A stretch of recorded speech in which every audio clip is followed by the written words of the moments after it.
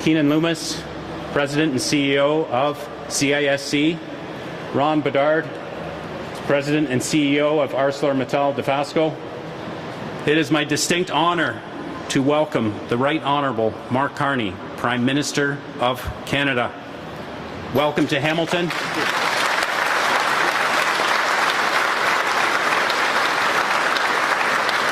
Welcome to Steeltown. Thank you. That's right. Welcome to Walters Group. Walters Group is a family-owned, privately held Canadian company founded by my grandfather in 1956, almost 70 years ago. And today, we are proud to be a multi-generational company with second, third, and fourth generations working side by side. Our employees, yes, all of them here and at the other plants, are family to us. We support one another, share in our challenges, and work together to make tomorrow better than today. Alongside our peers and partners in the fabrication industry, we deeply value the work of the CISC, especially the leadership of Keenan Loomis, in raising awareness of the vital role of Canadian steel fabrication. It plays an important role in supporting our industries, our infrastructure, and our way of life. What do we do here at Walters Group? Well, we take the raw steel that's produced by the mills, wide flange, angle, tube, plate, sheets, and coil, and we transform it into the backbone of iconic projects across the country, including these projects. The Halifax shipyards building vessels for Defence Canada. The Brookfield Towers in Toronto using advanced high star grades, 65 and then 70, and last grade 80 on the third tower. The stunning West Block of Parliament, where the House currently sits. The new Calgary Flames Arena. The new electric arc furnace at Algoma Steel. And the Canadian Museum for Human Rights in Winnipeg, and many more. All of these are built with sustainable, nearly 100% recyclable material, and that is steel. The team welcoming you today is committed to building with excellence, using leading technologies, prioritizing safety, and delivering exceptional quality. We are extremely grateful for the Canadian government's support of steel families and family businesses. And on behalf of everyone here, a sincere thank you for eliminating the carbon tax.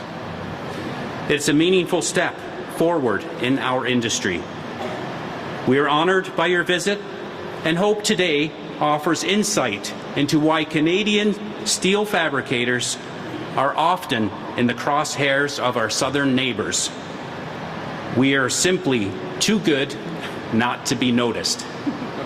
Let's continue working together and overcome the challenges facing our industry and our nation. Welcome, Prime Minister.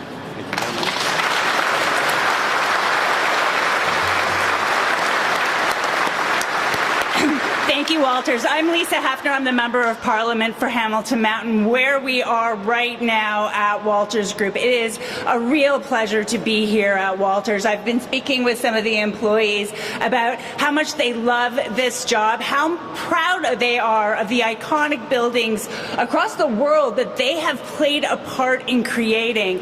And my caucus colleagues behind me and I all regularly get to see the beautiful work that was done on West Block, covering a former courtyard with translucent material and Hamilton-built steel beams, truly stunning, the light coming through that work of art.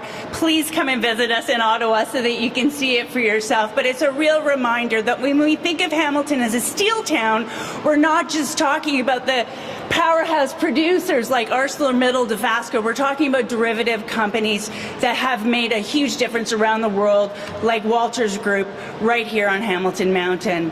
And one person who knows this very well, because he's been hugely engaged in the current challenges of the steel industry, is our leader, our Prime Minister, who has been regularly in contact with all the important players, making sure we make it through this challenging crisis in world economies right now. This is not his first visit to Hamilton. He's been back here regularly. He cares about Hamilton. He cares about the steel industry. We are here to protect our workers and our industries. So without further ado, please join me in welcoming the Right Honourable Mark Carney.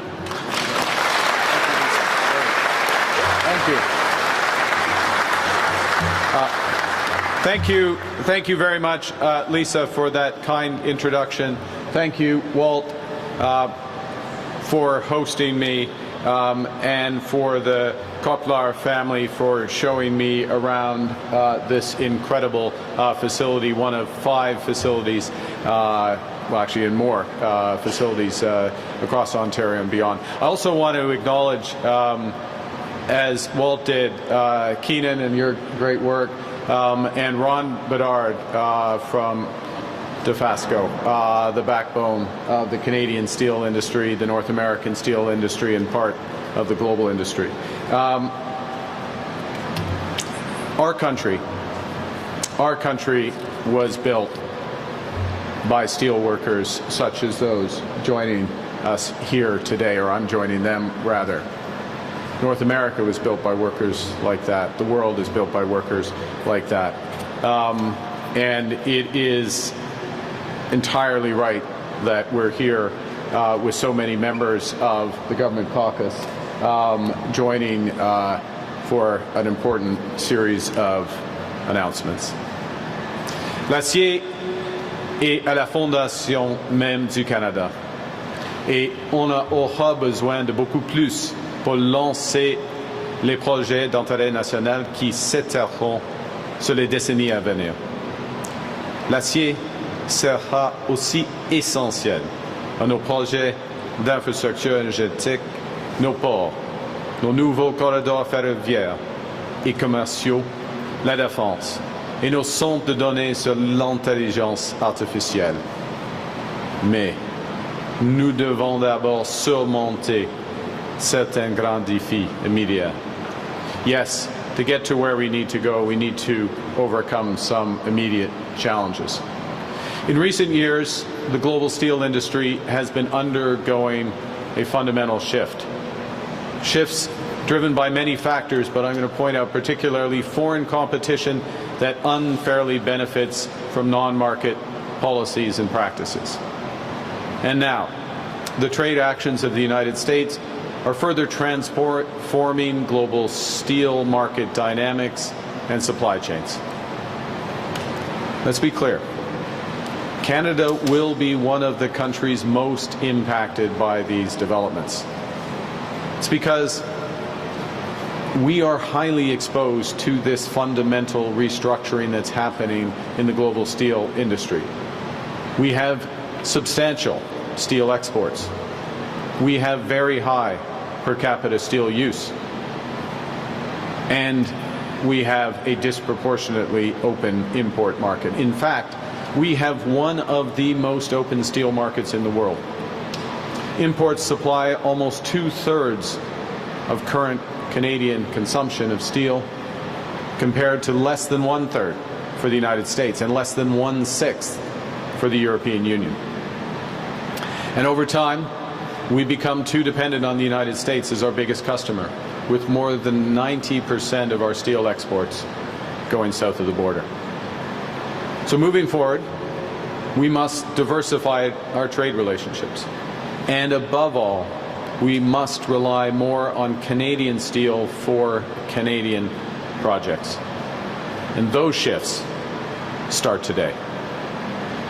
In an increasingly unpredictable and unreliable world, we must focus on what we can control.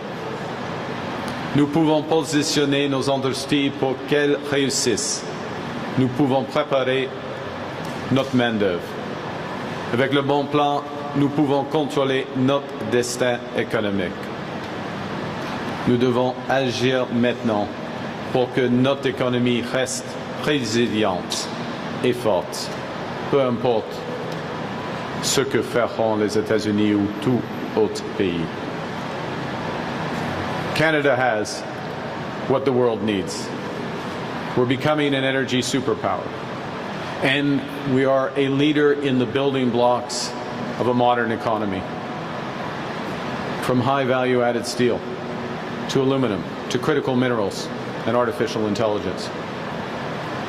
And Canadians have just given governments the mandate to build big things, nation-building projects that will transform our economy. We have the potential to become our own best customer for steel, but we will lose that ability if we don't manage the profound transformation now underway in the industry. And to do that, we have to change the way we do things so we can better support our companies and our workers during this time of change. And that's why I'm proud to announce today that Canada's new government will do several things. First, we will take a series of measures to stabilize our domestic steel market and prevent harmful trade diversion arising from current trade tensions. Informed by the review of our steel trade arrangements that we announced last month, the following changes to tariff rate quotas will take effect by the end of this month. For steel products from non-free trade agreement countries, we will tighten the tariff rate quota level to 50% of 2024 volumes and apply a 50% tariff on any imports beyond those levels.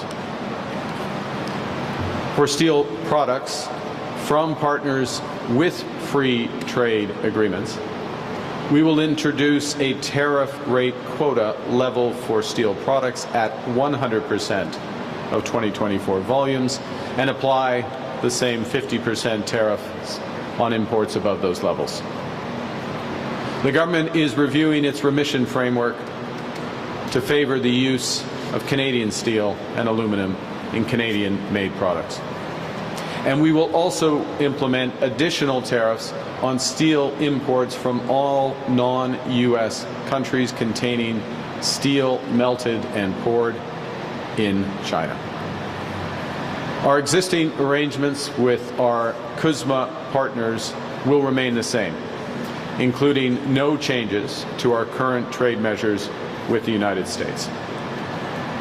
The combination of all these measures will ensure that Canadian steel producers have a bigger share of the Canadian market. They will create more resilient supply chains and unlock private capital for Canadian production. But given the dynamics in global trade, we will reassess all of our existing trade arrangements with respect to steel, consistent with the progress made in our bilateral discussions with the United States, and will also take into account the steel negotiations that the U.S. is currently undertaking with other countries, because what happens in those will affect what happens here. Second, we will invest in Canadian steel companies and, above all, in Canadian steel workers. Building on previously announced enhancements to employment insurance and the EI work-sharing program, the Government of Canada will invest $70 million in labour market development agreements to provide training and income support for up to 10,000 affected steel workers. Through reskilling investments and increased worker supports, we will ensure workers have the skills and the support that they need to meet the future needs of this industry. To build a more resilient and diversified steel industry that serves the needs of a growing Canada, the government will provide $1 billion through the Strategic Innovation Fund to help Canadian steel companies advance projects that will increase their competitiveness, that will catalyze their production of steel products that are not currently produced in Canada, and to create jobs to serve growing sectors of our economy, including in defense. The Business Development Bank of Canada's Pivot to Grow initiative is also being enhanced to provide support to eligible small and medium-sized steel enterprises that face liquidity challenges. And $150 million of the government's Regional Tariff Response Initiative through its regional development agencies will be prioritized for the steel industries. And finally, the large enterprise tariff loan program that was introduced at the start of this year will be updated in several ways. We'll expand eligibility and provide lower cost financing to firms in the steel industry. These changes will include reducing the minimum annual revenue requirements of borrowers from $300 million to $150 million, reducing the minimum loan size from $60 million to $30 million, extending the loan maturities from 5 to 7 years, reducing the initial interest rate, all while requiring companies to retain and reinvest in their workers. Through this series of measures, we'll help ensure that Canadian steel companies have the capital and the workers and the time to build the skills, the tools, the facilities to serve a growing Canada. Now, we will also prioritize using Canadian steel to build the big projects that we're undertaking, including millions of new homes, new ports, bridges, energy infrastructure, and investments in our security and defense capabilities. As we deliver on our mandate to build big things faster, we will ensure that Canadian steel and other Canadian materials are prioritized in that construction. And to that end, we will change the federal government's procurement process to require companies contracting with the federal government to source Canadian steel for government contracts. I see we didn't have to do that for Walters Group, who did it directly when in their service of Parliament and many other, and the museums across this great nation.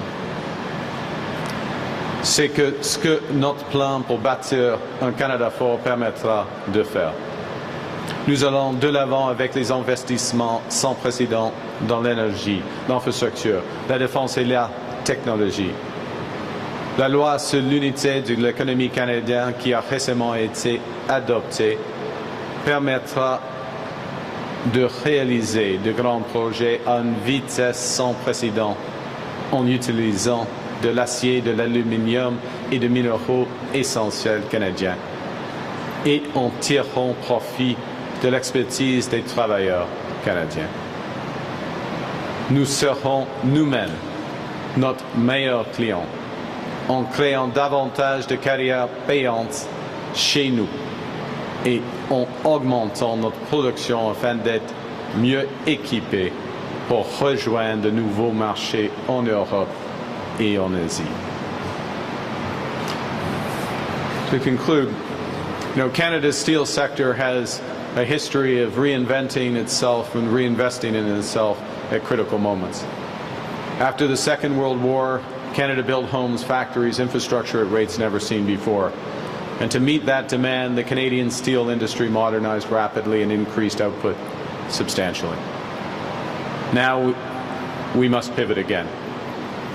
For Canada to build big things fast, we need our steel industry to advance, not retreat. Nous avons besoin d'une main-d'œuvre forte et qualifiée et un marché équitable et compétitif au Canada. C'est ce que nous faisons en tant que pays à grande échelle. L'industrie canadienne de l'acier sera toujours au cœur de notre compétitivité, de notre sécurité et de notre force. Et c'est pourquoi, afin de bâtir un Canada fort, ça commence par les investissements dans des industries clés comme celle-ci. At this hinge moment in our history, Canada is shifting from reliance to resilience. We're giving ourselves far more than any foreign government can ever take away. We're building one Canadian economy out of 13. We're embarking on a series of nation-building projects. We are undertaking unprecedented investments in our defense and security, and we are diversifying our trading relationships. We're building with Canadian workers, using Canadian steel for a Canada strong. Thank you very much, and I'll be happy to take your questions.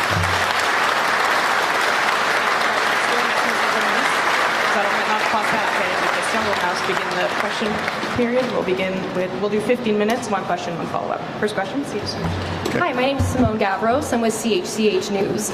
My question is more of a local question about crime. Within the last few months, 2 random innocent bystanders were killed in 2 separate shootings. And in the latest shooting on Friday, that suspect is a 17-year-old who police are still looking for. There's also a lot of concern when it comes to repeat offenders. My question to you today is, what is your government doing to keep communities, including Hamilton, safe when it comes to gun violence? Thank you very much for the question, and my sincere condolences for the victims of the direct victims of these crimes, their families, but also for the communities and the concern and anxiety that horrible crimes like this create.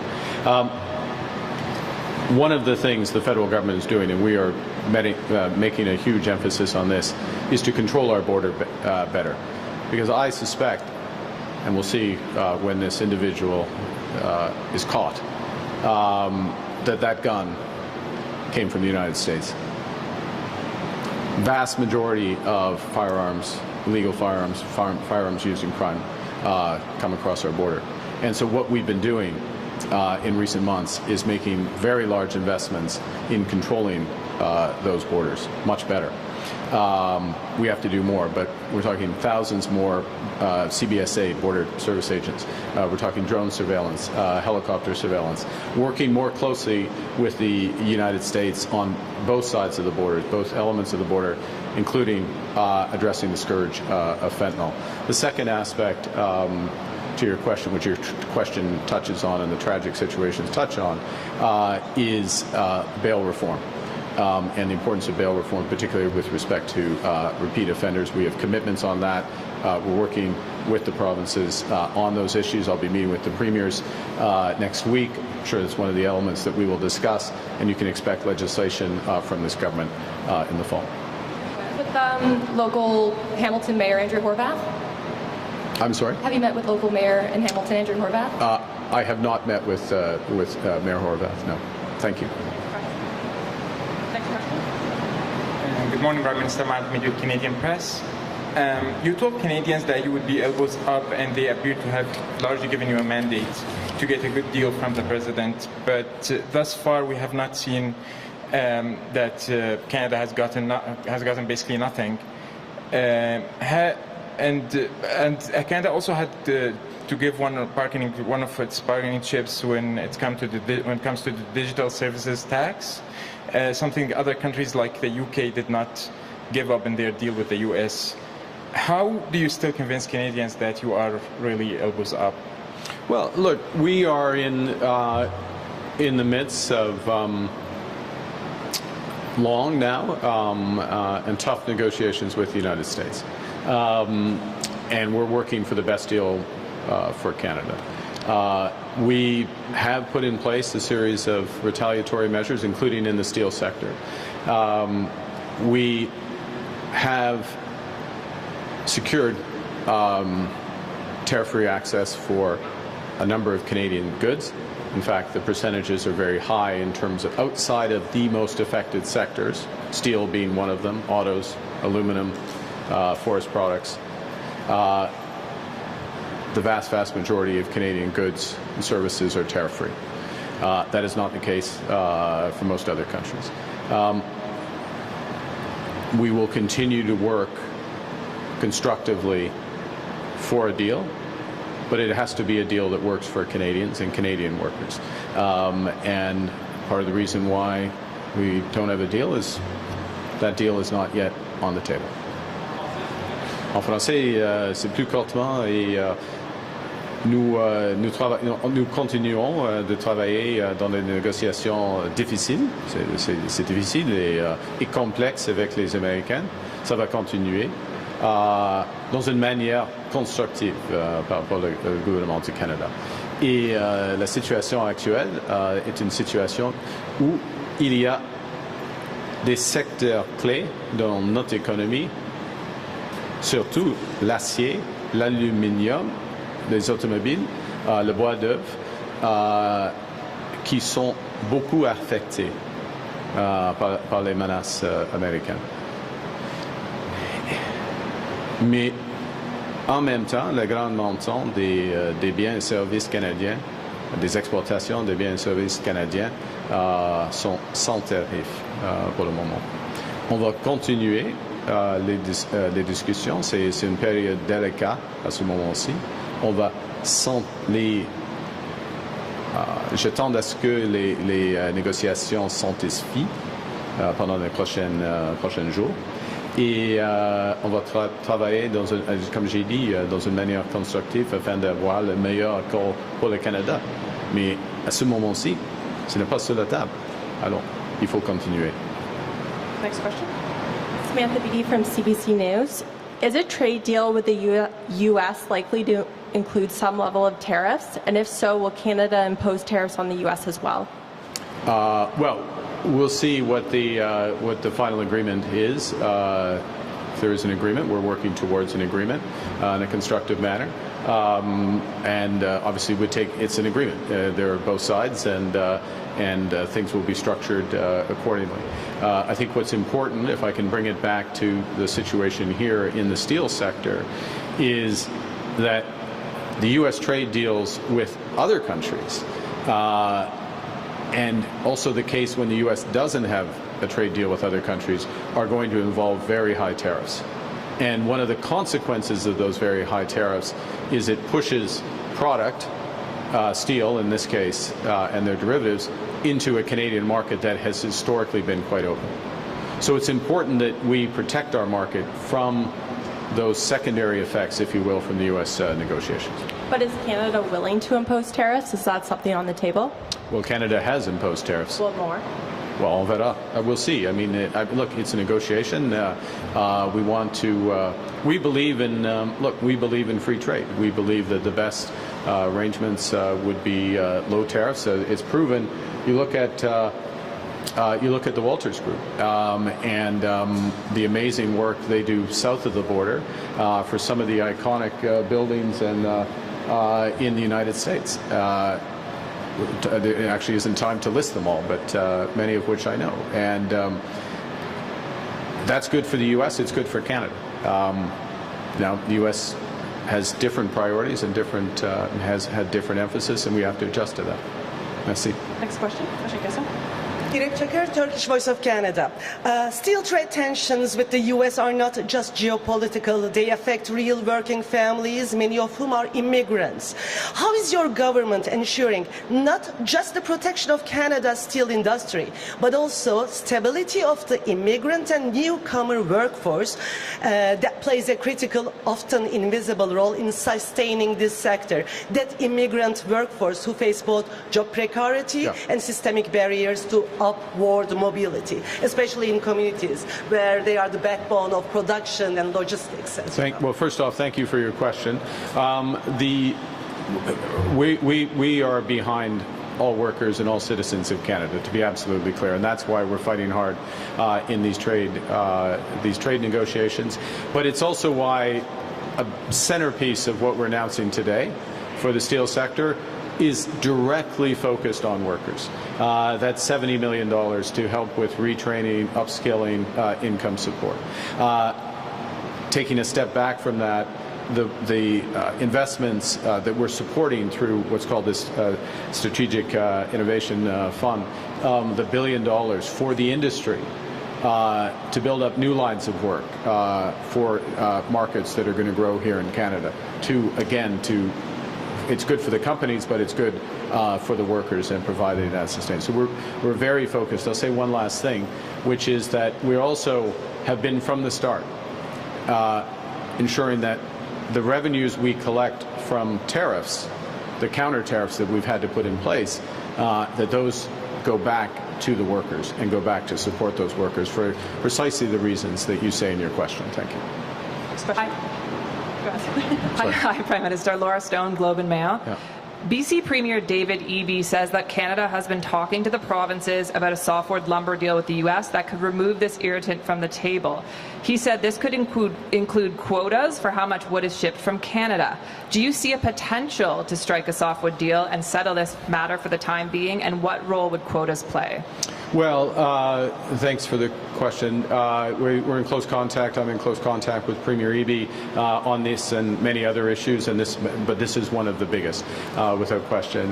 There is decades and decades of trade history, as you know, with respect to softwood lumber, U.S. trade actions there. There is normally some element of managed trade that comes out of any agreement that comes there. Can include quotas, can include a variety of trade factors, if I can put it that way. So that is a top priority. And we would like to resolve it at the same time as other trade issues with the United States. It is running on a slightly different timetable. Their timetable is different. It's a historic 232 action, if you probably know. And we'd like to bring it together and have it as part of a global agreement if we can, and that's certainly been the position of the Government of Canada. Thank you. Hi, Prime Minister. Heather Wright, CTV News. You've said that the purpose of Bill C-5 is in part to speed up approvals for major national projects, and as you know, the bill is now being challenged in court by First Nations. Have your belated consultations jeopardized the goal of getting new projects built? Well, first, no. First thing is that the bill literally just received, well, in the last few weeks, as you know, received royal assent, so it became law. The bill and the law, as it now is enabling legislation. The first thing it enables is consultations about what are we actually talking about when we say nation-building projects. And tomorrow, the first part of that engagement, it's not a consultation tomorrow, but the first part of that engagement, in fact, it starts this afternoon in Ottawa with a series of First Nations rights holders, other interested First Nations groups, including the AFN, obviously, is that engagement about the modalities, how this can work, how we work together, what are the priorities. That's before any consultation on any specific project or types of projects. And also before, even if there is a project or when there is projects identified, consultations around the conditions around those projects that must be fulfilled for them to be built, and then moving forward from that. En français, Rapidement, on va commencer. Le projet de loi vient d'être passé ou formalisé par le gouverneur général. Et la première chose que nous ferons, c'est un engagement, une série de réunions avec les peuples autochtones qui commencera cet après-midi à Ottawa, cet après-midi demain à Ottawa. OK. Bonjour, Jérémy Bergeron de Radio-Canada. Hier, vous avez ouvert la porte à une entente commerciale avec les États-Unis qui pourrait comprendre des tarifs douaniers. Quel pourcentage de tarifs global serait acceptable pour signer une entente? C'est une bonne question, mais si je réponds, ce sera une mauvaise réponse. Ces négociations, on est en train de négociations avec les Américains. J'observe que tous les accords, toutes les discussions, tous les attentes, toutes les rumeurs des attentes américaines avec n'importe quel pays inclut des tarifs. I said it was a good question, but if I responded to it, it would be a bad response in the middle of a negotiation. That's really, the rest of it was just filler. Sorry. Daniel Dove, Global News. Prime Minister, Global News has, an investigation has unveiled that the Public Safety Minister wrote letters before he was the Public Safety Minister on behalf of a man and his immigration status to come to Canada, even though this man was a member of a listed suspected terrorist group. The public safety minister is in charge of border security, obviously very important to any trade deal going forward. What confidence do you have in the public safety minister? With your reaction to this, sir? Thank you for the question. Look, the public safety minister has been transparent about the details of that situation, and he has my confidence. Thank you. This will have time for one last question. Question, thank you. Councillor, please. Hi there, Fallon Hewitt from the Hamilton Spectator. I had a question. So you've spoken about the supports for steelworkers, but the impacts of tariffs stretch far beyond those companies. How will your government support cities like Hamilton that are home to thousands of steelworkers with the impact stretching far beyond just those workers, but businesses all across the city? Great question. And the first thing in answer to that, because your question goes to the heart of the overall issue and the economic strategy. And the first thing to recognize is they call, this is Steel Town for a reason. It's at the heart. It's the heart of the industries and associated industries that have been built there. It's at the heart. Steel's at the heart of the community. Strength, make steel. Our strength is people. Where's Ron? He's right there. Yeah, it's right there at the core of the community, but also the core of your question, the economic impacts of having a strong steel industry, a strong industrial base in Hamilton. So the first thing you do is you make, and particularly at a time when Canada is going to need a lot more steel, because we're going to build this country. I give you a report. We're going to need a lot more steel because we're going to build this country. And what we need to do is help the industry transition. To help more broadly, not just help, this isn't help, this is us helping ourselves as Hamiltonians, as Ontarians, as Canadians, is to build. We need more homes in Hamilton and this region. We can improve the port infrastructure. It's already the busiest port on the Great Lakes, but we can improve the port infrastructure. We can reinforce our energy infrastructure through some of the specialist steel that is produced here. So those nation-building projects, those are going to have an enormous multiplier effect across the country and back into the core of those sectors, and then, which is steel, and then out in the region as a consequence of that strength. What we can't let happen, what we won't let happen, is that the current trade situation with the United States and unfair trade practices in other countries, the combination of those guts our steel industry today, and then a few years down the road we need our steel industry strong. We're not going to let that happen. We're going to do the transition, and this is what's there. I'll take the last question, if I may. Merve Idogan from Anadolu Agency. Thank you for taking my question. Sure. Just going to move aside from today's topic a bit. As you may have followed, Israel has been bombarding parts of Syria's territories, and we've heard of stories, reports of presidential palace being also nearby hit. In your reaction to that, how does Canada view this new development? Thank you. I'd say, I'll make a general point. Israel has the right, as every other nation, to live in peace and security, and we absolutely support that, always will support that. It is important that steps taken to support that respect the rights of others and the territorial integrity of neighboring nations. Thank you very much. Thank you, Prime Minister. This puts an end to our press conference. Est-ce qu'il m'a fait une conférence de presse? Merci.